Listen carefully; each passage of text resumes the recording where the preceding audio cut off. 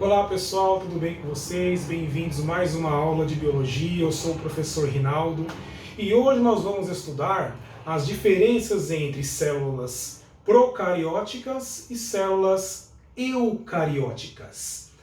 Bom, é muito importante vocês entenderem esse assunto porque ele ajuda a entender também a classificação dos seres vivos lá mais para frente.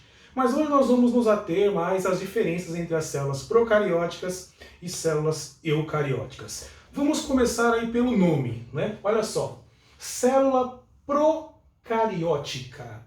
A célula procariótica, né, primeiramente, vocês devem ter notado que existem vários tipos de células, né? Nos animais, nas plantas, porém, todos esses tipos de células são agrupados em dois grandes grupos, né? As células procarióticas e as eucarióticas. E da onde vêm esses nomes? Vamos analisar aqui, ó. Célula procariótica, pro vem do grego e significa antes. É como se fosse o pré, né? O pré, por exemplo, pré-escola, antes da escola. Né? O pré vem do latim, né? Pré-escola, né? Pré-requisito para alguma coisa. No caso, o pro em grego, que seria o pré, né, em latim. Então, pro é o que vem antes. Antes do quê? Carioteca, cário, antes de um núcleo. Esse nome carioteca, né, cariótica, vem da presença de um núcleo. Isso quer dizer que as células, né, procarióticas, quando elas surgiram, não apresentavam núcleo. Aliás, elas nem apresentam núcleo até hoje, não é?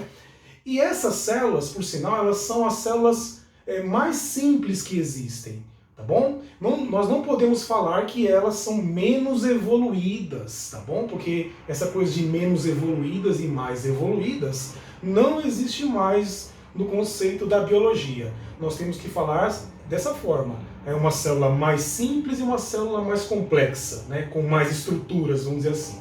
A procariótica é uma célula simples. A eucariótica é uma célula mais complexa, com mais estruturas dentro dela, tá? Mas a primeira célula que surgiu no nosso planeta, né, provavelmente foi um organismo parecido com uma bactéria e era unicelular, ou seja, formado por uma única célula. E essa célula era do tipo procariótica. Uma célula que, na realidade, que surgiu por volta de 3 bilhões e meio de anos atrás. Foi o primeiro organismo que surgiu lá nos mares primitivos da Terra. Né? Então, mas o que caracteriza uma célula procariótica? Né? Ela é simples, mas ela tem bastante estruturas dentro. Bom, nós podemos dizer que uma célula procariótica é uma célula que não apresenta um núcleo individualizado, um núcleo bem definido. Eu não sei se vocês estudaram a aula passada que os principais componentes das células, né, da célula, qual que é? Membrana plasmática, citoplasma e núcleo. Né? São os três componentes básicos da célula. Mas tem células que não apresentam núcleo. Né? Nas células que não apresentam um núcleo definido, que é uma célula eucariótica, o material genético fica dentro do núcleo. Né? O DNA fica dentro do núcleo. Só que na célula procariótica, o material genético, o DNA desse organismo unicelular, fica em contato direto com o citoplasma, que é aquela região que existe entre a membrana plasmática, abaixo da membrana plasmática, digamos assim. Então, o que caracteriza uma célula procariótica é essa questão. É uma célula que não apresenta um núcleo individualizado, né? Um núcleo envolto por uma membrana, como ocorre nas células eucarióticas que têm um núcleo individualizado. Né? Então, o material genético das células procarióticas fica em contato direto com o citoplasma, numa região que nós chamamos de nucleoide. Olha, até parece o nome núcleo, né? Oide é primitivo, seria como se fosse um núcleo primitivo. Mas não chega a ser um núcleo verdadeiro, um núcleo organizado e delimitado por uma membrana, que é o caso das células eucarióticas, tudo bem? Então, na célula procariótica, o que caracteriza, a principal característica é essa. Apresenta um material genético, né, não envolto por uma membrana e está em contato direto com o citoplasma. E, além disso, a célula procariótica ela não apresenta compartimentos internos, né, envoltos por membrana, que nós chamamos de organelas, tá bom? Isso mesmo, porque dentro da célula, apesar de ela ser microscópica, dentro dela tem coisas ainda menores, né, chamadas de, né, organelas membranosas, envoltos por membrana também. A célula procariótica não apresenta isso também. Ou seja, duas diferenças. Vamos lá. A célula procariótica não apresenta um núcleo individualizado envolto por uma membrana nuclear, e por essa razão o material genético, né, os cromossomos dessa bactéria fica em contato direto com o citoplasma. Além disso, as células procarióticas não apresentam organelas membranosas, como ocorre nas células eucarióticas, que tem núcleo individualizado envolto por uma membrana nuclear, chamada também de carioteca, e daí que vem o nome, né? E esse material genético fica dentro do núcleo. E além disso, não sei se vocês já perceberam aqui, existem várias estruturas que não tem na célula procariótica. Essas estruturas aqui são o quê? São as organelas, cada um realizando uma função. Tudo bem? Mas vamos analisar direitinho aqui o que tem então nessa célula procariótica, né? Além do nucleóide, que é a região que se encontra o material genético, né, da célula procariótica, é evidente que essa célula procariótica apresenta um citoplasma, toda célula tem que ter citoplasma, e também uma membrana plasmática, tá bom? Então, membrana plasmática e citoplasma é uma coisa que toda célula tem que ter, sendo ela eucariótica ou procariótica. Mas a procariótica não tem um núcleo individualizado, tá? Então vamos lá. Tem o nucleóide, que é onde se encontra o material genético, tem o que? O citoplasma, que é essa região aqui, ó, esse espaço interno, e tem a membrana plasmática também, tá bom? Muito parecida com a célula eucariótica. Além da membrana plasmática, existe também uma outra camada por cima, que nós chamamos de parede celular, tá? Parede celular, para proteger esse organismo. Ou seja, além da membrana, tem uma camada a mais chamada de parede celular. É uma parede celular formada por um carboidrato chamado de peptidoglicano, tá? Essa parede celular é diferente da parede celular que tem nas plantas, porque célula de plantas, célula de vegetais, tem uma parede celular, mas essa parede celular é de celulose, tudo bem?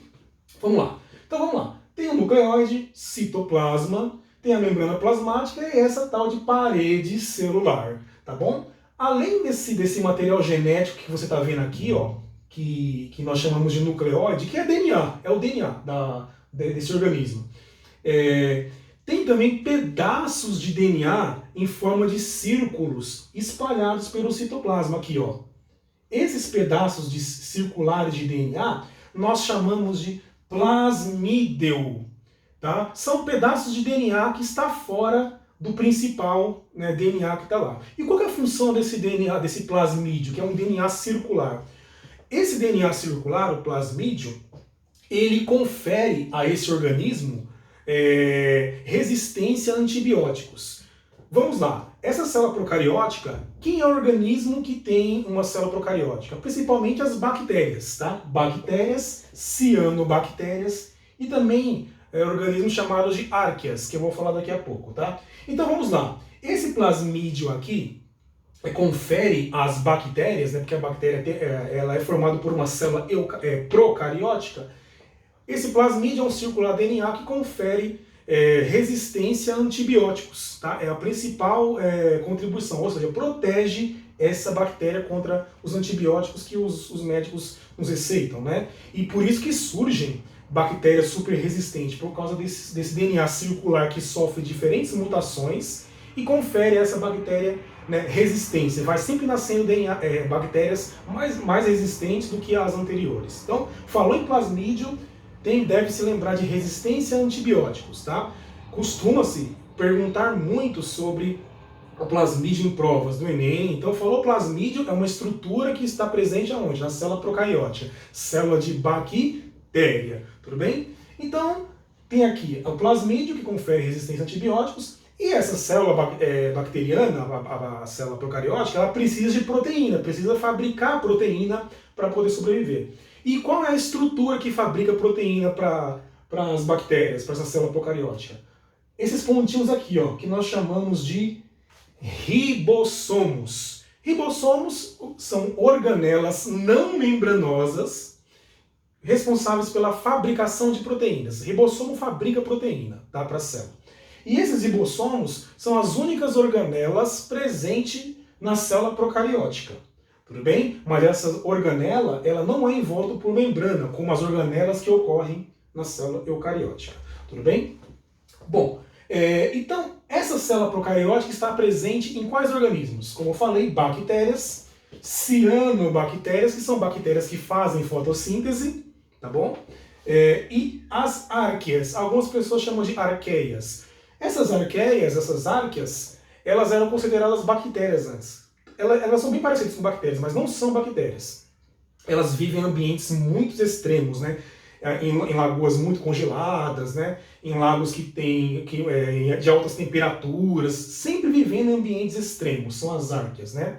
Então, essa célula é a célula procariótica, tá bom? Então, vocês devem pôr em mente isso. Célula procariótica é aquela célula de bactéria que não tem um núcleo individualizado, né? E por isso o DNA fica sempre em contato direto com o citoplasma e não apresenta organelas membranosas, tá? Uma outra estrutura que pode cair na prova de biologia, que pode ser perguntada, é uma invaginação da membrana que alguns chamam de mesossomo. Hoje em dia nós sabemos que o mesossomo é um problema causado pela substância química do corante, ou seja, quando as pessoas iam estudar as bactérias, jogavam lá corante para visualizar as bactérias, e esse corante tinha substâncias químicas que deformava essa membrana. E aí os cientistas achavam que era uma estrutura própria da bactéria, mas não, era uma deformação causada pelo corante, mesossomo. E esse mesossomo costuma-se dar a ele uma função ali de produção de energia para a célula, tá? Só que esse mesossomo aqui, o que os cientistas estão descobrindo é que, na verdade, é uma deformação da membrana causada pela técnica de coloração, tá? Mas se perguntarem, mesossomo, tá? Mesossomo é a estrutura que está presente na bactéria, tudo bem? Então, tá aqui a célula, né, procariótica, a célula bacteriana, tudo bem? Ó, pro vem antes, cariótica antes do núcleo, antes de surgir o núcleo, porque a bactéria foi a célula, né, a célula procariótica, foi a primeira célula a surgir no nosso planeta. Tudo bem, é uma célula mais simples, não menos evoluída, mais simples, tá? Agora, a célula eucariótica, ela está presente em todos os outros organismos. Ó, não é bactéria, não é cianobactéria, não é arqueias, é outra coisa. A célula procariótica, os organismos são sempre unicelulares, formados por uma única célula, tá? Mas se não é esses três organismos aqui, os outros organismos, animais, plantas, fungos, algas e protozoários, todos eles apresentam célula eucariótica. Olha o nome. Eu significa verdadeiro. Cariótica vem do quê? Carioteca. E que significa carioteca? Membrana nuclear. Aquela membrana que envolve o material genético. É a principal diferença que tem para com as células procarióticas, tá? Então esse nome eucariótico significa núcleo verdadeiro, núcleo definido. É uma célula mais complexa, como vocês percebem, tem mais coisas dentro dela, e cada uma dessas estruturas aqui são chamadas de organelas membranosas, tá? Cada uma realizando uma função diferente, né? Não vou abordar aqui em detalhes, mas, por exemplo, o núcleo é o centro de controle da célula, como vocês já sabem, né? Aqui tem uma continuação do núcleo, uma estrutura cheia aqui de bolsas aqui, ó, né, de membranas, chamadas de retículo endoplasmático rugoso ou retículo endoplasmático granuloso, que serve para fabricar proteína, tá bom? Por que fabrica proteína? Porque tem ribossomo grudado nele.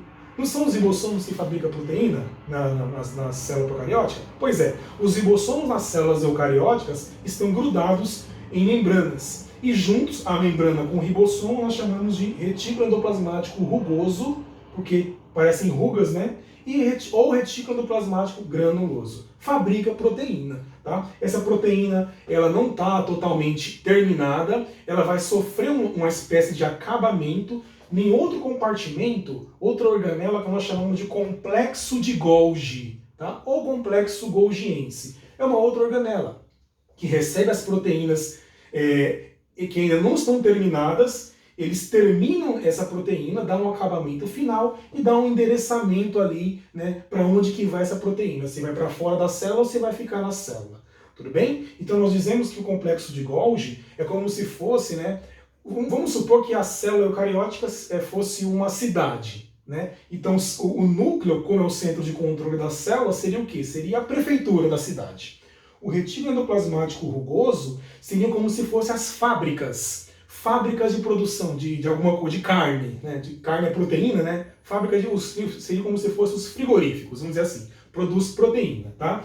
O retículo endoplasmático rugoso manda isso para sofrer o acabamento final do complexo de Golgi. O complexo de Golgi seria como se fosse o quê? O departamento de exportação, onde recebe aquela mercadoria que veio do retículo endoplasmático rugoso, que são as proteínas, dá um acabamento final e manda embora, fazendo também um papel de correio, né? O complexo de Golgi seria como se fosse o correio das células. Vai mandando essa proteína, né, para os diferentes lugares que tem que ir para a célula, ou até mesmo para fora da célula, tá? Para exportação. Então, quando nós falamos de complexo de Golgi, nós devemos o quê? Pensar que ele tem a função de dar o acabamento final para a proteína, empacotar essa proteína e secretar, né? Secretar o quê? Liberar para fora da célula ou ficar dentro da célula, tudo bem?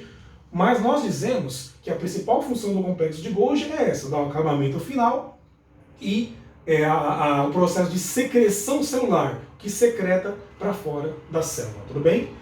Mas também, como eu estava falando, tem esse retículo endoplasmático rugoso que fabrica proteína e tem ribossomos na sua membrana, mas também tem retículo endoplasmático sem ribossomos, que está espalhado aqui. Como não tem ribossomos, nós falamos que é um retículo endoplasmático liso, tudo bem? Retículo endoplasmático liso. E tem também ribossomos livres no citoplasma também, não tem só grudado aqui. Tudo bem, pessoal? Além disso, olha só quanta organela que tem aqui que não tem na procariótica, né? Tem também uma organela muito importante chamada de mitocôndria, tá? Tem milhares dela na célula. Essa mitocôndria é como se fosse o quê? As usinas hidrelétricas da célula, tá? Porque produz energia para a célula na forma de ATP, trifosfato de adenosina, né? ATP é a sigla para trifosfato de adenosina. Energia, tá? Falou em mitocôndria, produção de energia para a célula. Tudo bem? Seria como se fossem as usinas hidrelétricas de uma cidade, onde produz a energia para a cidade, tudo bem? Além disso, o lisossomo, ou a célula eucariótica, tem uma organela chamada de lisossomo, que é como se fosse o estômago da célula. Tudo que cai aqui na célula digere. Digere aonde? Aqui. Porque ela não vai digerir em qualquer lugar, tá? Na célula. Normalmente, tudo que entra na célula vai ser digerido aonde? Numa vesícula chamada de lisossomos. Liso significa lise, né? Quebra, tá? E tudo que entra aqui de alimento cai aqui, aí digere, tudo bem? E até mesmo micro-organismos, né? Por exemplo, se está passando aqui uma bactéria, né? Vou desenhar isso aqui menor, ó. Bactéria, né? Aí o que acontece? Vou até desenhar aqui mais pertinho. Ó, aqui é uma bactéria.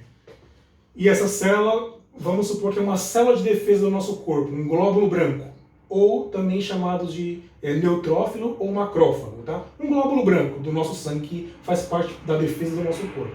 Se está passando uma bactéria aqui, dando boi aqui no sangue, o glóbulo branco vai o quê? Atacar essa bactéria. Como que ele ataca essa bactéria? Ele captura essa bactéria. Como? Ele deforma a membrana plasmática, ó, porque a célula eucariótica também tem membrana plasmática, né? E essa membrana plasmática, ela o quê? Ela engloba assim, ó. Ela engloba essa bactéria. Olha aqui. Isso aqui some e essa bactéria vai parar aqui dentro aqui do lisossomo e aqui ocorre a digestão dessa bactéria. Mata a bactéria, tá? Porque aqui no lisossomo tem enzimas que quebram a célula, tá? Enzimas digerem os componentes, tá? Então, a célula captura essa bactéria. É interessante porque esse processo de capturar essa bactéria, nós chamamos de quê? De fagocitose. Tudo bem? Fagocitose é o quê? É o prolongamento da membrana plasmática que engloba uma bactéria, pode ser um vírus também, tá? Um outro micro-organismo que causa doença. Aí engloba, esse processo de englobar essa bactéria é chamada de fagocitose, tá? Leva para dentro da célula, cai no lisossomo e digere e mata a bactéria, tá?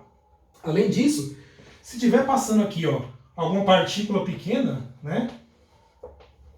Uma partícula de alimento, né? Uma partícula de alimento pequena aqui, não precisa fazer isso, né? Englobar, fazer um negócio grande para englobar uma coisa pequena. Aí não precisa, ela não precisa gastar tanta energia assim. O que ela faz? Ela faz isso, só. Ela abre a membrana e invagina assim, ó. E isso aqui, quando tocar aqui, vai aqui para dentro e aqui vai para dentro da célula, tá? Também. Ou seja, partículas pequenas não precisa, tá, de fazer fagocitose. Fagocitose é só para bactéria, coisas grandes. Isso aqui nós chamamos o quê? De pinocitose, tá? Pinocitose. Pinocitose. Ou seja, fagocitose e pinocitose são processos no qual entra o quê? Estruturas dentro da célula.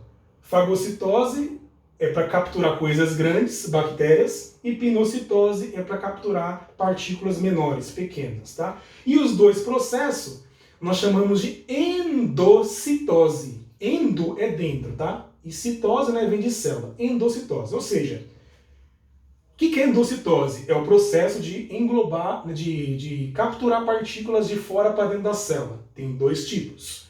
Fagocitose, onde a célula emite esses prolongamentos para capturar a bactéria, tá? Normalmente é partículas grandes, bactérias grandes, né? E esses pés, né? Isso é como se fossem pés ou braços. É chamado de pseudópode, tá? Pseudópodes são os pés que faz isso aqui, engloba, né? Ou mãos, né? Pseudópodes. Então, a fagocitose engloba a bactéria grande, partículas grandes, e pinocitose engloba partículas menores. E os dois processos são chamados de endocitose. Endo é você englobar, colocar para dentro. E a célula também precisa eliminar isso para fora, tá? Coisas que não servem mais, ela elimina. E esse processo de eliminação é chamado de quê? Como, por exemplo, quando digere a bactéria aqui, né? Aí os restos ficam aqui. Esse resto tem que ir para fora da célula. Esse processo de liberar para fora da célula é chamado de plasmocitose. É um nome esquisito, mas dá para entender, né? Plasmocitose. Ou tem gente que fala que é defecação celular. Libera para fora da célula, tá?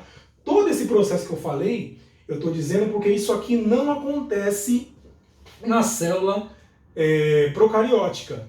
Tá vendo como a célula eucariótica é mais complexa? Então esse processo aqui, né, de endocitose, pode ser fagocitose ou pinocitose, né? Só ocorre nas células eucarióticas. Pode ser células de animais, nos glóbulos brancos, os animais, para capturar bactérias. Pode ser também amebas, né, protozoários. Que as amebas são seres unicelulares que procuram caçar bactérias no mar. Eles também fazem isso aqui também. Esse processo só ocorre nas células eucarióticas. Procariótica não ocorre isso aqui. Tudo bem? Mas lembre-se muito bem. A principal diferença, né? Se for escolha, a principal diferença entre célula procariótica e eucariótica são duas. Procariótica não apresenta núcleo definido, organizado, envolto por membrana, o material genético fica em contato com o citoplasma, e também não apresenta organelas membranosas. Já as células eucarióticas apresentam isso aí, tá bom? Agora, quem apresenta célula eucariótica? Os animais, né? As plantas, os fungos e os protistas. Quem são os protistas? As algas e os fungos. Tudo bem? É fácil vocês lembrarem, tá? Dos 5 reinos que existem lá, somente um apresenta célula procariótica, que é o reino Monera, tá? E uma outra exceção que não faz parte do reino Monera são as arqueias, que são bactérias que vivem em ambientes extremos, né? Muito quentes, muito frios, muito ácidos, né? Muito salgados. Então, a célula eucariótica, ela está presente nos animais, nas plantas, nos fungos e também nos protistas, né? Protozoários e algas. Só que as células animais, elas são diferentes das células vegetais. deixa eu desenhar para você aqui, rapidinho, os principais componentes da célula vegetal. É uma célula eucariótica também, tá? Que tem núcleo organizado, tá? Eu vou até tirar aqui esse nome aqui, ó. Eu vou colocar aqui, ó, célula vegetal, tá? E aqui eu vou mudar para célula animal, tá? Porque nós não estamos mais agora diferenciando célula eucariótica e procariótica. Vamos diferenciar célula animal de célula vegetal, tá? E aqui a célula animal. Tudo bem? A célula... Aqui. Normalmente, a célula vegetal ela tem um formato um pouco quadrado, hexagonal, né? Um quadrado. Então, vou desenhar aqui uma célula vegetal no formato, né, retangular, vamos dizer assim, tá bom? Então, olha só. A célula vegetal, ela apresenta praticamente todos os componentes que tem na célula animal, quase todos, tá? Como ela é uma célula, a célula vegetal é uma célula eucariótica, tem núcleo? Tem que ter núcleo. Célula eucariótica tem núcleo. Tá? Onde fica o material genético aqui, ó. A célula da célula vegetal. Tem membrana plasmática? Tem que ter membrana plasmática aqui, ó. Membrana plasmática. A célula vegetal tem membrana plasmática também, tá? Tem citoplasma, esse espaço aqui? Tem citoplasma também, tá?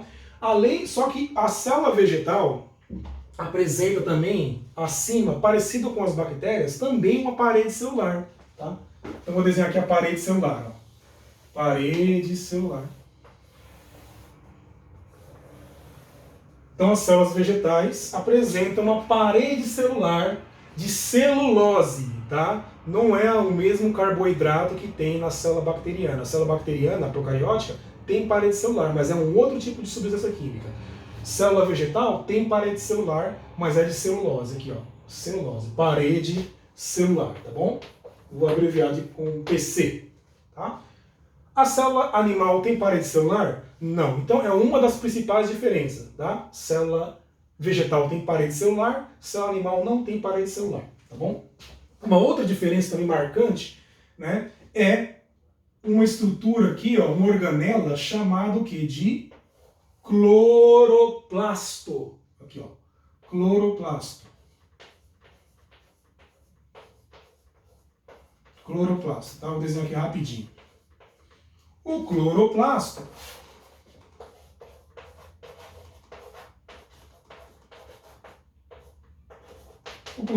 é uma organela responsável pela fotossíntese. É porque dentro do cloroplasto tem um pigmento chamado de clorofila, que absorve a luz solar. Então, cloroplasto é uma organela que só está presente na célula vegetal e não está presente na célula animal. Então, duas diferenças. Célula vegetal tem parede celular, célula animal não.